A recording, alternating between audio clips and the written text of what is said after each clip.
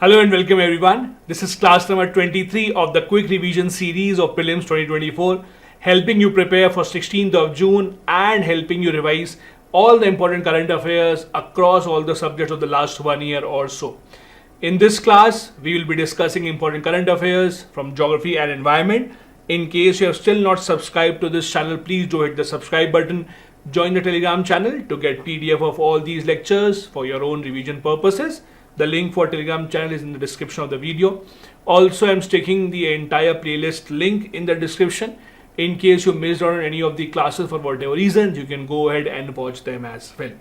Let's begin with news number 231. There's a news coming in from the Gibraltar Arc. Where exactly is Gibraltar? It is at the point where Africa meets with Europe. This is a place which is called the Gibraltar Arc. There is a new subduction zone discovered under the Gibraltar Strait. That is a cause of concern because it can impact the Atlantic Ocean. Look at this particular photo. This is the area. I'll just show to you first. This is the Gibraltar Arc over here. This is Africa. This is Europe. This is where these two meet. This is the Gibraltar Arc. So underneath it, there's a new subduction zone that has been discovered. And this subduction zone can actually greatly impact the Atlantic Ocean. Now, this is very similar to the Pacific Ocean's Ring of Fire, which is a very earthquake prone area, which is a very volcano prone area. This is where subduction zones actually occur. They encircle the Pacific Ocean, Atlantic Ocean and form a new subduction system.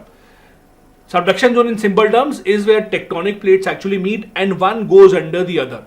So when the two plates crash into each other, one of them goes under. That is the subduction zone mainly. In this case, the African plate is subducting under the Eurasian plate. It will cause seismic activities and earthquake risk as well. The scientists predict that the zone will expand westwards over the next 20 million years. So nothing is happening in your or my lifetime. It will happen in millions of years. This Gibraltar Strait is situated between Morocco and Spain. It has also been a matter of great bit of issue between the two countries. The two countries have a history of capturing or have a history of control over Gibraltar. Both the countries want a control over this. Now, the subduction process could lead to shrinking of the ocean bases, which can eventually lead to closing of the Atlantic Ocean. That can be disastrous, but again, this is millions of million years to go for this. Despite the current small size, the projections say that the subduction zone may expand in the next 2 decades.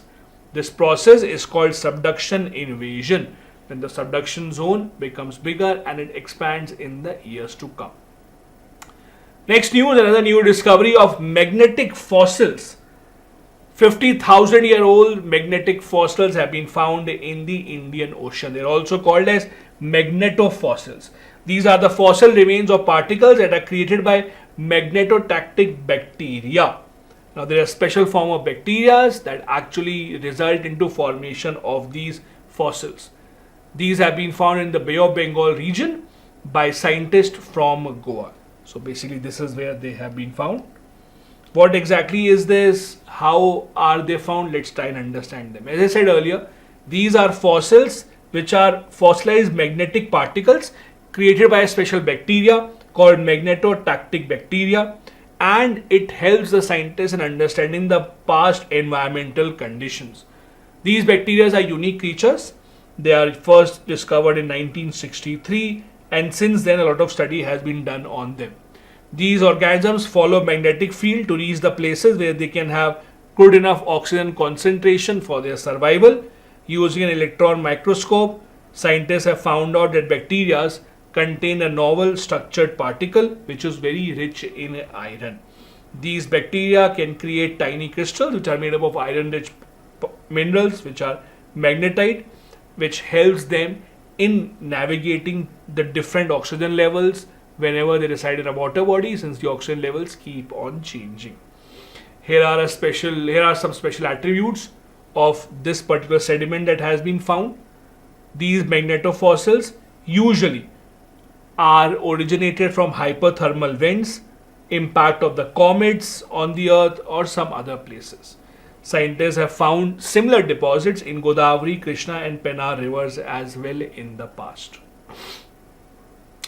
Another news which is about a rivalry between India and China. Both the countries are looking to explore minerals from the deep ocean. There is a place called FNS Nikitin. This is the seamount that is submerged into the Indian Ocean. Both India and China are looking to get license from the International Seabed Authority so that they can explore minerals from this area. Let me first show you where exactly is it. So this is India's southern coast here, and this is the place we are talking about, Nikitin Seamount. Now, as you know, every country within 220 nautical miles of its coastline has an exclusive economic zone. So within that exclusive economic zone, you can go ahead and explore as many minerals as you want. But a large part of the Earth's oceans are consisting of places which does not come under any country's exclusive economic zone. If for that case a country wants to go and explore minerals, they have to take permission from ISA, International Seabed Authority, which works under the UN clause. Both India and China are now looking to get permission for this. It's a major seamount about 3,000 kilometers from Indian coast. You might say it's closer to India, but that does not really matter. This permission can be given to China, France, US or whatever. This area is supposed to be rich in cobalt, nickel, manganese and copper. It reaches up to 1200 kilometers and rises from oceanic depth about 4800 meters or 4.8 kilometers. Now, in order to do extraction or extract minerals from such areas, what do? You first have to get a license from the International Seabed Authority. Then, apart from that, you will then have to make sure that no other country has sovereignty over it.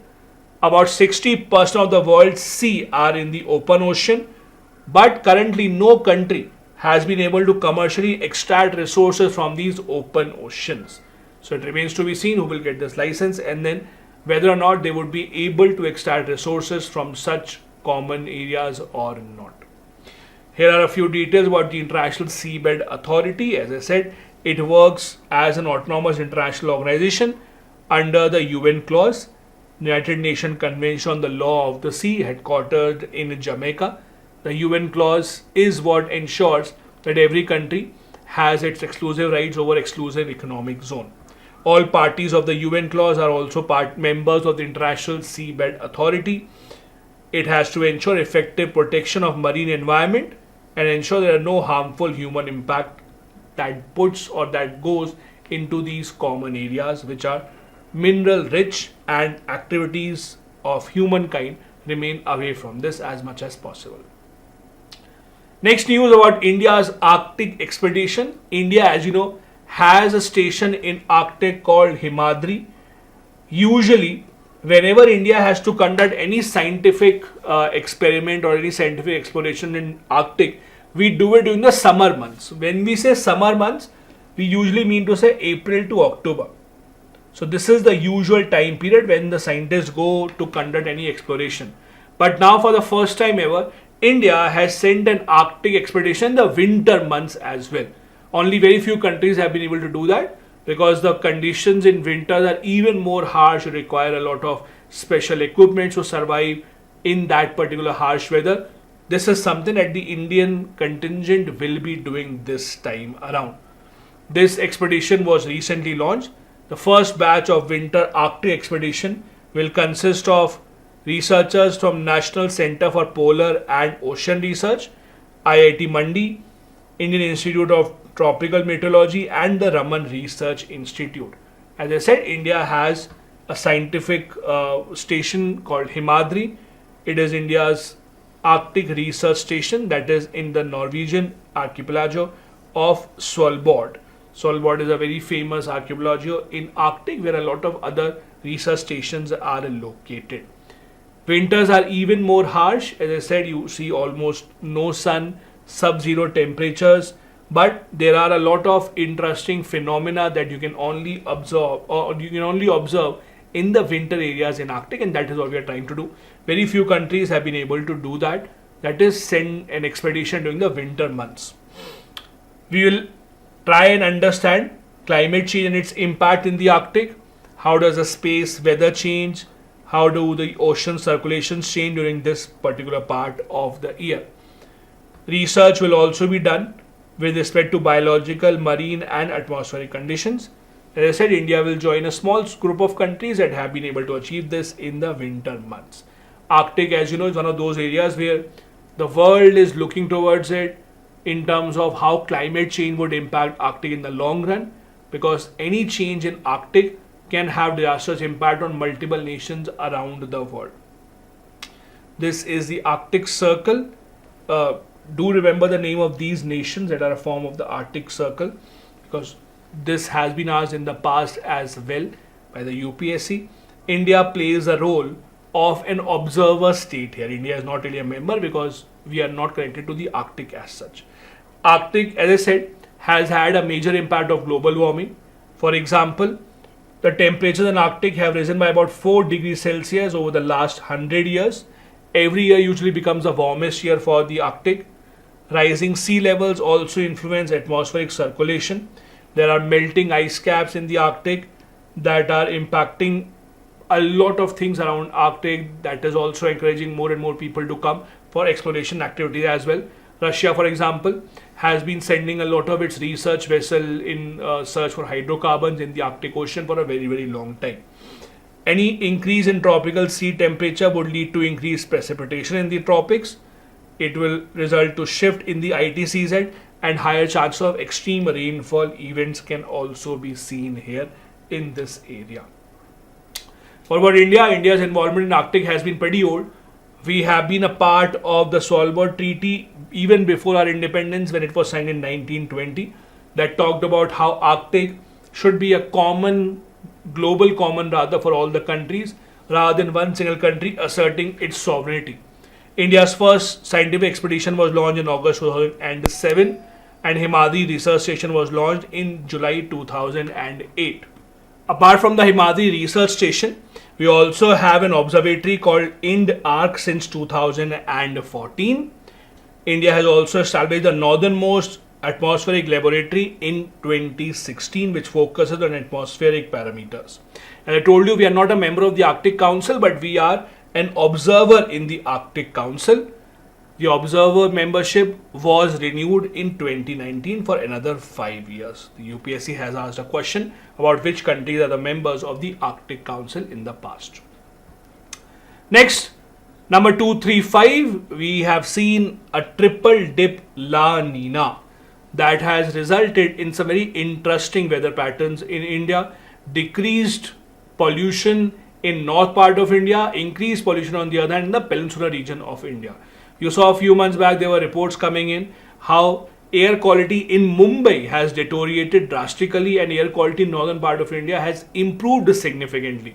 It was not because the government did something or some changes happened on ground. It was mainly because of triple dip La Nina. As you can see, Mumbai recorded highest deterioration with 30% increase in the PM 2.5 levels. Now, what is triple dip La Nina? In simple terms, La Nina that occurs continuously for 3 years. That is called a triple dip La Nina. What happens is it mainly has an impact on the circulation patterns. When the circulation patterns or wind circulation is much higher, when you have more winds flowing, the intensity of these particles remaining in the air is lower, and that is when you will see much better air conditions. One of the reasons why October, November months are very, very bad for North India is because the air is stationary and you don't see a lot of wind flowing. So these trends differ from the usual patterns. Usually North India experiences increased pollution during the winter, which did not happen this time around, mainly because of the circulations. This is how La Nina and El Nino work, and this is what normal situation is. As you can see, La Nina brings reduced temperature in the South American coast, that is the western coast of South America. As I said, there is cold water that comes to the coast of Peru and Ecuador. So this South American coast, this is where Peru and Ecuador are here. This is what changes in the La Nina season. I hope all of you know this. La Nina can lead to better than normal monsoons in India at times, and it can even cause floods, which has happened in India in the past. Next related news is Atlantic meridional overturning circulation. What exactly is this? It might seem like a very difficult phrase, but in simple terms, this is a phenomena under which the warm water from the tropical areas goes to the polar areas, or goes towards, not polar area, but go towards the higher latitudes, while colder temperature comes towards the equator, comes towards the tropics, thus maintaining a kind of a good circulation, a kind of a balance between cold and hot. This entire circulation pattern is called the AMOC. To define it in simple terms, it's a large scale oceanic circulation system where warm surface waters from the tropics go to the northern latitudes or higher latitudes, while cold deep water comes from North Atlantic towards the equator. Now the news is, as per the scientists, this pattern seems to be disturbing. This pattern may collapse between 2025 and 2095. Why? Because of global warming, because of human factors being involved here. This is one of those phenomena that actually maintains livable conditions in various parts of the world. It influences the redistribution of heat globally. It moderates temperatures in Europe, North America, and also near the equator. So if this entire circulation system is harmed or it collapses, it might have disastrous consequences in the coming years. This is the mechanism. This is how AMOC works. As I said, warm salty water from the tropics goes to the northern regions, and these warm waters carry their own heat energy. As these warm waters move towards the poles, they cool down, and then there is heat loss in the atmosphere. That is when downwelling happens. Downwelling basically means when cold water, because it's heavier, it then sinks deeper into the ocean layers. This is called as downwelling. It occurs in the North Atlantic Ocean. After that, the next step is a southward flow. This is when the cold, dense water flows southwards along the ocean floor. This is the entire ocean circulation pattern. If that gets disturbed, it can have a lot of negative impact on not just livable conditions, but also on the marine life as well. Next, some good news about India. India globally tops the LEED Zero certifications. What exactly is LEED Zero certification? So basically, US started something called LEED. This stands for Leadership in Energy and Environmental Design. So basically, the US said that we will look into the buildings being made around the world, because there's a lot of focus on making buildings sustainable, making buildings that don't consume a lot of energy, making buildings that can actually make sure that they are either carbon neutral or carbon positive.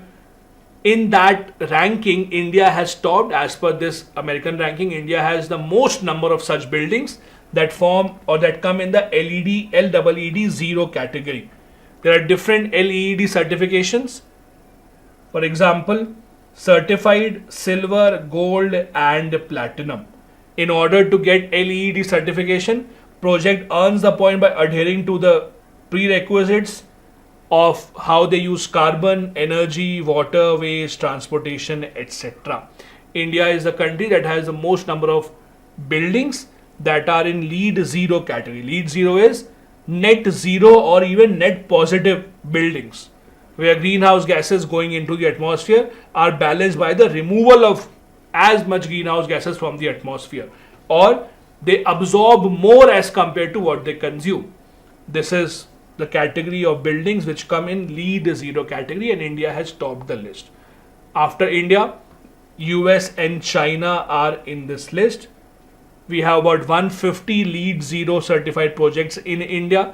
Most of them are in Haryana, and then they are in Tamil Nadu. LEED is an American ranking system, but within India also, we have put a lot of focus on building green sustainable buildings. For example, we have something called GRIH, Green Rating for Integrated Habitat Assessment. It's a national rating program run by TERI with the Ministry of Renewable Energy to ensure that green buildings are built around the entire country. We also have the Energy Conservation Building Code, Indian Green Building Council ratings. All of these give ratings to the new buildings coming up. By inspecting them, They also gave guidelines to new building construction companies that while constructing you should keep these and these things into your consideration. Based on how much adherence has been done, these rankings are given. Next news about land degradation. Every single year, nations around the world are losing a lot of land and it is turning into desert. It's turning into a land that is not fertile, that is not usable now for any good activities. There are a lot of global efforts that have been made to stop land from undergoing degradation, but that has not happened. Then there's a concept of land degradation neutrality. It was a concept that developed at the UN in 2012. The idea is to combat desertification and meet Sustainable Development Goal target number 15.3. Around the world, there are multiple challenges which countries have taken up to stop desertification. The famous one is New York Declaration on Forest. The goal is to have 350 million hectares of forest restored by 2030. We also have something called the Bonn Challenge. It's a global goal to bring 150 million hectares of degraded and deforested landscape and reforest them by 2030. So again, this New York Declaration has been made a part of the Bonn Challenge itself. So these are two of the same things now. What is India's target? Our target is to restore 26 million hectares of degraded land by 2030. Through that, achieve 2.5 to 3 billion tons of CO2 carbon sink.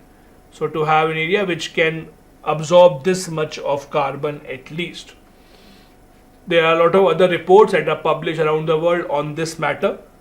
We also had the Delhi Declaration recently at the UN Convention to Combat Desertification in 2019 that called for better access to land. So India is one of those countries that is working very, very passionately towards this particular goal. This is the Bonn Challenge, as I told you, started in 2011 by IUCN. Do remember this? Along with the German government. Bonn is in Germany, as you would know. The idea is to restore 150 hectares of degraded land by 2020 and 350 hectares of degraded land by 2030. India's goal of 26 million hectares is a part of the Bonn Challenge itself. It's a voluntary challenge. None of these are binding on countries around the world, because if they don't achieve it, what will you do? Nothing really. It's more of showing your commitment to the world. Let's see, we also want to do this, you also want to achieve this. Similar to net zero.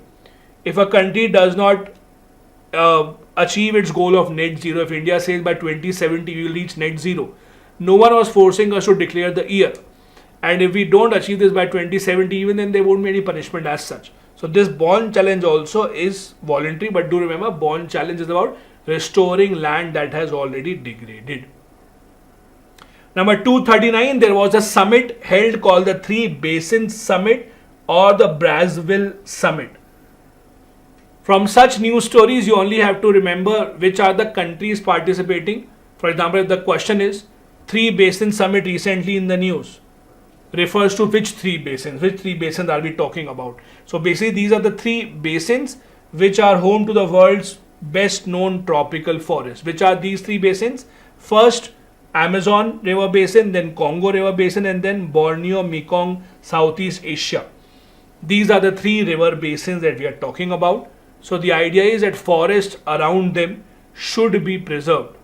At this recent summit, there was a 7-point declaration aimed to stop and halt and, if possible, reverse the loss of biodiversity by 2030. These are the three basins that we are talking about: Amazon, Congo, and the Borneo, Mekong, and Southeast Asia.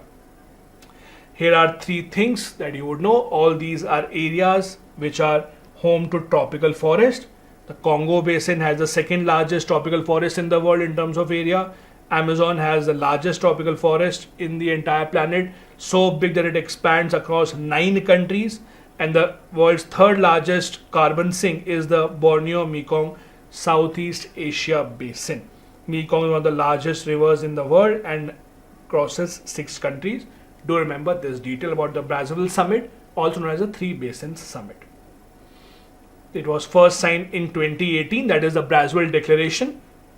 3 countries signed it. Do remember the name: Congo, Republic of Congo, Democratic Republic of Congo. These 2 are different, and Indonesia. These 3 came up to sign this particular declaration. The last important news of this session is the Balham Declaration.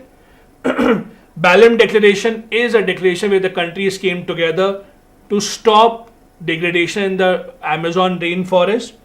The idea is that we have to protect at least 80% of the forest to not allow it to reach an irreversible level. If about 80% of the forest is destroyed, we will reach an irreversible level from where we won't be able to come back. Now, this is where the Balham Declaration was signed recently. Balham is a city in Brazil. It was signed by members of a group called Amazon Cooperation Treaty Organization, ACTO. This declaration says that we need to involve the local population in the decision making process, ask the indigenous people for their help because they are the ones who have looked after the Amazon rainforest for such a long time. It pledges to establish Amazon Alliance to combat desertification as well. However, consensus could not be reached about how the countries would contribute, who will play which role. Declaration was signed, but not, or rather say, no important outcome was actually seen here. These are the member countries of ACTO. We have Brazil, Bolivia, Peru, Ecuador, Colombia, Venezuela, Guyana, and Suriname. These are the countries that are part of ACTO. This brings to the end of this session. I really hope this series has been helpful for you. Do make sure that you hit the subscribe button and join the Telegram channel to get a PDF of these lectures. Thank you so much. I'll see you in the next one. Jai Hind.